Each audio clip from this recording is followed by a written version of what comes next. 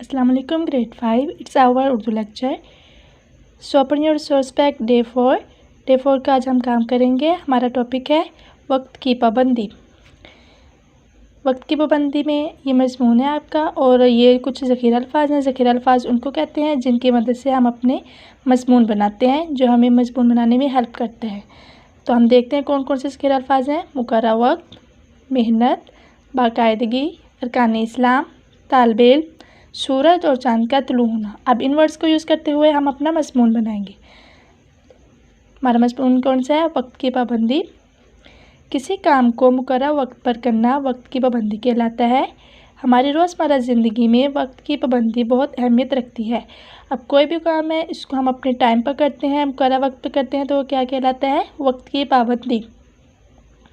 अब हमारी daily life में अगर हम वक्त की पाबंदी का ख्याल नहीं रखेंगे तो बहुत सारे काम मुश्किल हो जाते हैं ना। तो वक्त की पाबंदी जो है वो हमारी रोज़मर्रा ज़िंदगी में बहुत अहमियत रखती है। अगर इंसान वक्त पर मेहनत ना करे और काहली और सुस्ती का मुजाहरा करे तो वो कभी भी कामयाब नहीं हो सकता। अब एक इंसान है, अगर वो सुस्ती से काम करता है, अपने हर काम को वक्त पर नहीं करता, तो वो कभी भी कामयाब नहीं हो सकता।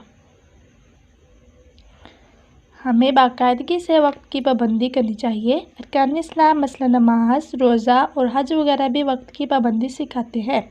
अब जितने भी अरकान इस्लाम है, अरकान इस्लाम कितने वाला 5 है ना, तौहीद, नमाज, रोज़ा, ज़कात और हज। उनमें से जो नमाज, रोज़ा और हज है, हम टाइम पर नमाज पढ़ते हैं, मुकर्रर वक्त पर रोज़ा रखते हैं। ये तो नहीं है कि अब जब दिल किया हम रोज़ा रख लें या जब दिल किया नमाज़ पढ़ लें और हज अदा कर लें, बल्कि जो अरकान इस्लाम है, नमाज, रोज़ा और हज वगैरह, ये क्या हमें सिखाते हैं? ये भी हमें वक्त की पाबंदी सिखाते हैं।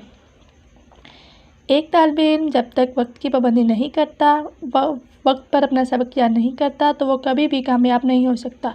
अब एक तालिब इल्म की ही मिसाल है, अगर वो टाइम पर अपना काम नहीं करेगा, टाइम पर अपना सबक याद नहीं करेगा और डेली का काम डेली नहीं करेगा, बल्कि अगले दिन पर टाल देगा, तो क्या वो कामयाब हो सकता है? बिल्कुल नहीं, बल्कि वो कभी भी कामयाब नहीं हो सकता जब तक वो अपना काम वक्त पर नहीं कर लेता। सूरज और चाँद भी वक्त के पाबंद हैं।